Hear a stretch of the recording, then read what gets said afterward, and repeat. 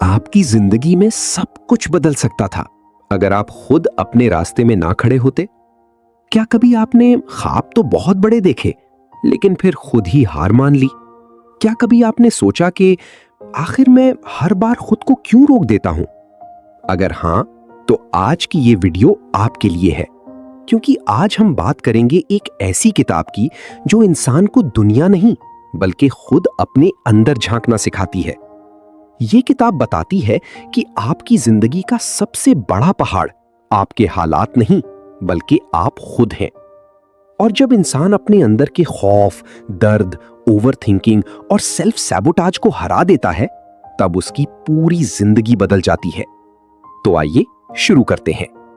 Part 1, self sabotage क्या होता है।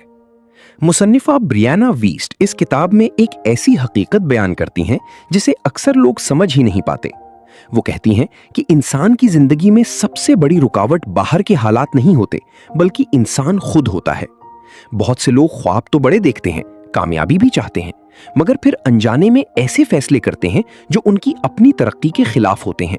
यही चीज सेल्फ सैबोटाज कहलाती है।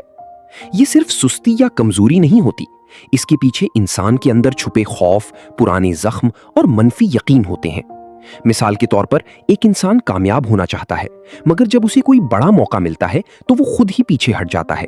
वो काम शुरू करने के बजाय प्रोक्रेस्टिनेशन करता रहता है। वो अपने ख्वाबों के बारे में सोचता बहुत है मगर एक्शन नहीं लेता। बज़ाहिर ऐसा लगता है कि शायद वो मेहनती नहीं, लेकिन हकीकत में उसके अंदर नाकामी, रिजेक्शन या तब्दीली का खौफ छुपा होता है। किताब कहती है कि इंसान का दिमाग हमेशा उसे महफूज रखने की कोशिश करता है। अगर कोई चीज नई या मुश्किल हो तो दिमाग उसे खतरा समझता है। इसीलिए कई लोग अपनी कंफर्ट जोन से बाहर नहीं निकलते। वो एक ऐसी जिंदगी में फंसे रहते हैं जो उन्हें खुश नहीं करती, सिर्फ इसलिए क्योंकि वो तब्दीली से डरते हैं। मुसन्निफा एक बहुत ताकतवर बात कहती हैं कि बाज़ औक़ात इंसान उस चीज को भी खराब कर देता है जिसकी वो सबसे ज्यादा ख्वाहिश रखता है। अगर किसी इंसान को अंदर से ये यकीन हो कि वो मोहब्बत के काबिल नहीं, तो जब कोई उससे सच्ची मोहब्बत करेगा तो वो खुद ही उस रिश्ते को खराब करना शुरू कर देगा। अगर किसी इंसान को लगता हो कि वो कामयाबी डिजर्व नहीं करता, तो वो कामयाबी के करीब पहुंचकर खुद ही पीछे हट जाएगा। पार्ट 2, आपका माजी आपकी जिंदगी चला रहा है। इस किताब का दूसरा अहम पैगाम यह है कि इंसान की मौजूदा जिंदगी पर उसके माजी का बहुत गहरा असर होता है। अक्सर लोग ये समझते हैं कि वो सिर्फ आज के हालात के मुताबिक फैसले कर रहे हैं, लेकिन हकीकत में उनके अंदर मौजूद पुराने जख्म उनकी सोच, एहसासात और एक्शंस को कंट्रोल कर रहे होते हैं। मुसन्निफा कहती हैं कि बचपन के तजर्बात इंसान की पूरी शख्सियत बना देते हैं। अगर किसी बच्चे को हमेशा इग्नोर किया गया हो, उसकी फीलिंग्स को अहमियत ना दी गई हो या उसे बार बार रिजेक्ट किया गया हो, तो वो बड़ा होकर भी अंदर से खुद को नाकाफी महसूस करता रहता है।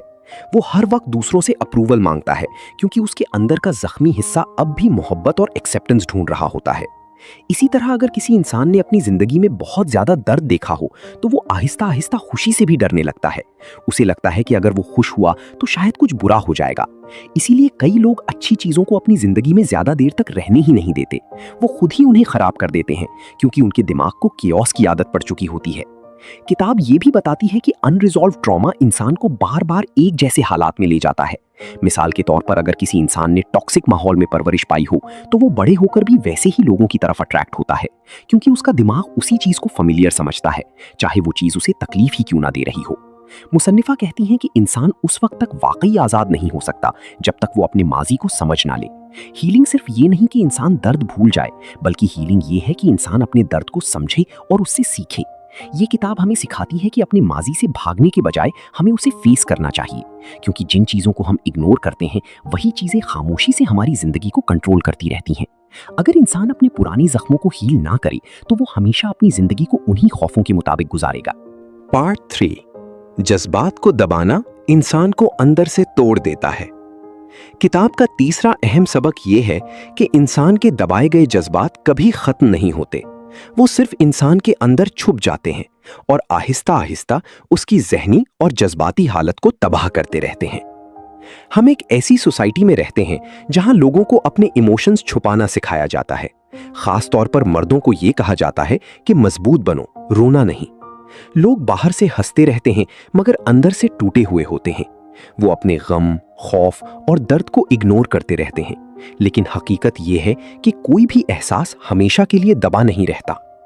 मुसन्निफा कहती हैं कि जब इंसान अपने इमोशंस को महसूस करने के बजाय उन्हें दबाता है तो वो इमोशंस किसी ना किसी और शक्ल में वापस आते हैं, कभी एंजाइटी बनकर, कभी शदीद गुस्से की सूरत में, कभी ओवरथिंकिंग की शक्ल में और कभी डिप्रेशन की सूरत में। इसीलिए कई लोग समझ नहीं पाते कि वो हर वक्त बेसुकून क्यों रहते हैं। वो सोचते हैं कि शायद उनके हालात खराब हैं, लेकिन हकीकत में उनके अंदर दबे हुए जज्बात उन्हें खामोशी से थका रहे होते हैं। किताब सिखाती है कि हीलिंग तब शुरू होती है जब इंसान अपने एहसासात से भागना बंद करता है। अगर इंसान उदास है तो उसे खुद से सच बोलना होगा। अगर वो टूट चुका है तो उसे ये मानना होगा कि वो तकलीफ में है, क्योंकि इंसान उस वक्त तक हील नहीं हो सकता जब तक वो अपने दर्द को कबूल ना करे। मुसन्निफा ये भी कहती हैं कि जज्बात दुश्मन नहीं होते। हर इमोशन इंसान को कोई ना कोई पैगाम देता है। गुस्सा बताता है कि कहीं ना कहीं कोई हद क्रॉस हुई है। खौफ बताता है कि इंसान किसी अनसर्टेनिटी से गुजर रहा है। उदासी बताती है कि इंसान ने कुछ खोया है। लेकिन अगर इंसान इन जज्बात को समझने के बजाय सिर्फ उन्हें सप्रेस करता रहे तो वो आहिस्ता आहिस्ता अपनी असल पर्सनैलिटी से दूर हो जाता है। वो इमोशनली नम हो जाता है। उसे ना खुशी महसूस होती है ना सुकून। पार्ट 4, ओवरथिंकिंग इंसान की जिंदगी खामोशी से तबाह कर देता है।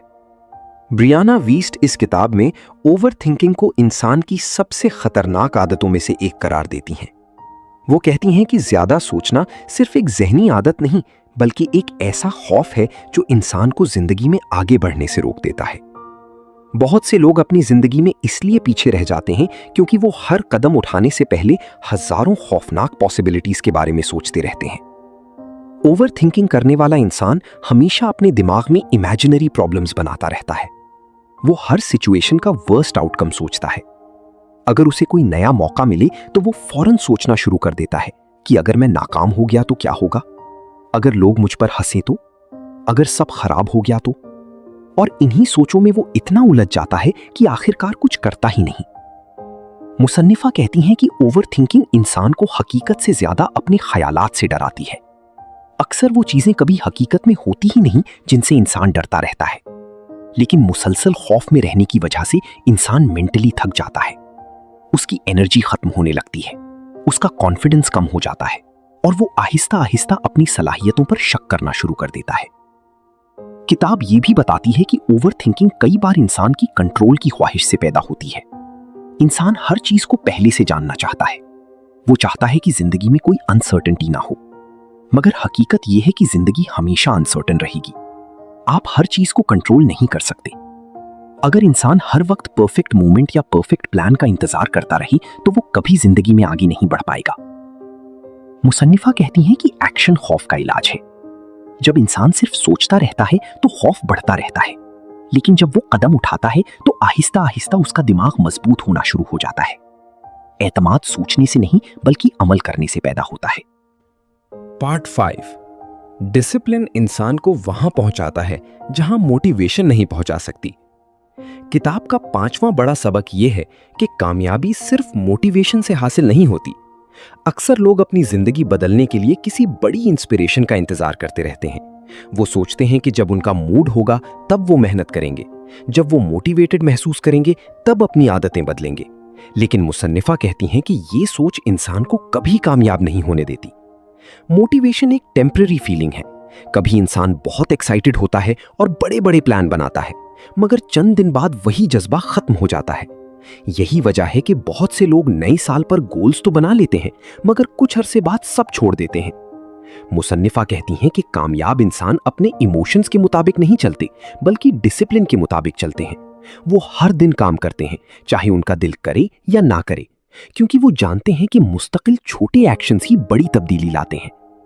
किताब सिखाती है कि इंसान की जिंदगी उसके रोजाना के हैबिट से बनती है। अगर कोई इंसान रोज सिर्फ 1% भी बेहतर बने तो वक्त के साथ उसकी पूरी शख्सियत बदल सकती है। लेकिन अक्सर लोग फौरी नताइज चाहते हैं।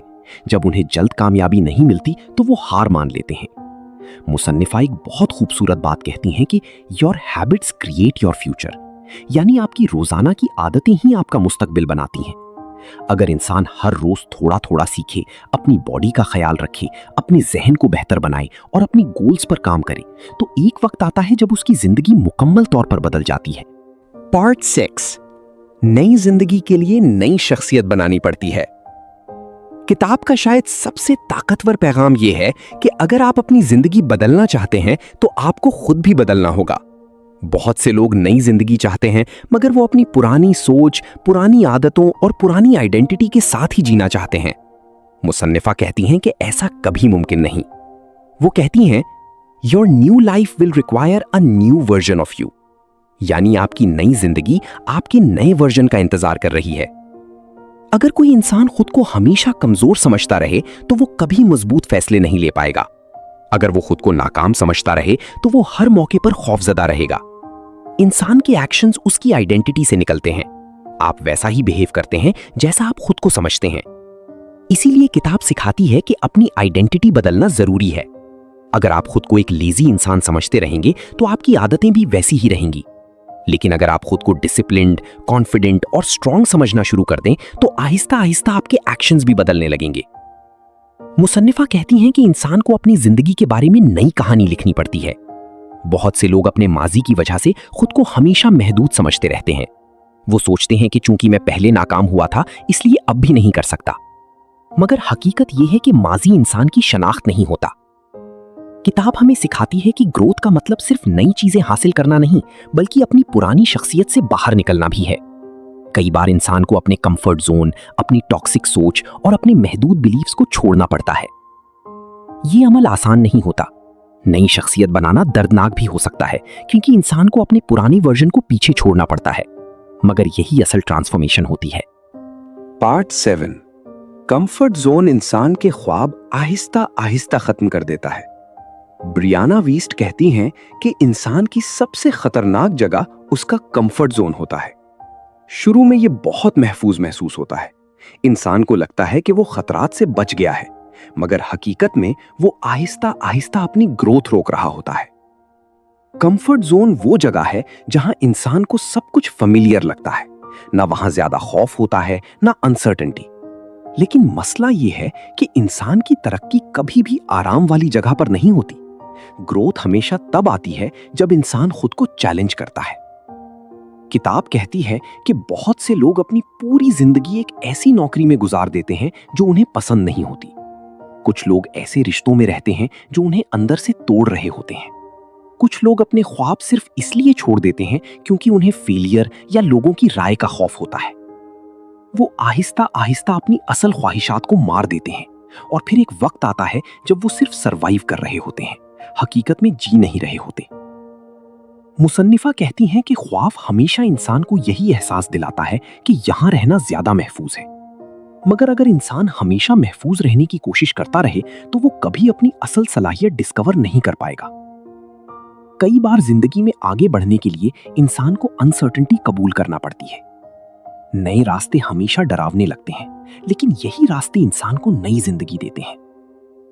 किताब हमें यह सिखाती है कि अगर आप वाकई बदलना चाहते हैं तो आपको अपने कंफर्ट जोन से बाहर निकलना होगा, क्योंकि जो इंसान सिर्फ आसान रास्ते ढूंढता है वो कभी बड़ी कामयाबी हासिल नहीं कर पाता। मुसन्निफा एक बहुत खूबसूरत बात कहती हैं, everything you want is on the other side of fear, यानी आपकी जिंदगी की बेहतरीन चीजें खौफ की उस पार मौजूद हैं। कई बार इंसान सोचता है कि उसकी जिंदगी की सबसे बड़ी रुकावट हालात हैं, लोग हैं या किस्मत है, लेकिन हकीकत यह है कि इंसान की सबसे बड़ी जंग हमेशा अपने अंदर होती है, अपने खौफ के खिलाफ, अपनी मनफी सोच के खिलाफ, अपने माजी के खिलाफ। और जब इंसान अपने अंदर के इस पहाड़ को उबूर कर लेता है तब दुनिया का कोई पहाड़ उसे नहीं रोक सकता। द माउंटेन इज यू हमें यही सिखाती है कि आप टूटे हुए नहीं हैं, आप सिर्फ बदलने के अमल से गुजर रही हैं, और शायद आपकी नई जिंदगी सिर्फ एक फैसले की दूरी पर खड़ी है। अगर आपको ये वीडियो पसंद आई हो तो वीडियो को लाइक करें, चैनल को सब्सक्राइब करें और कमेंट में जरूर लिखें, मैं अपने अंदर के पहाड़ को शिकस्त दूंगा।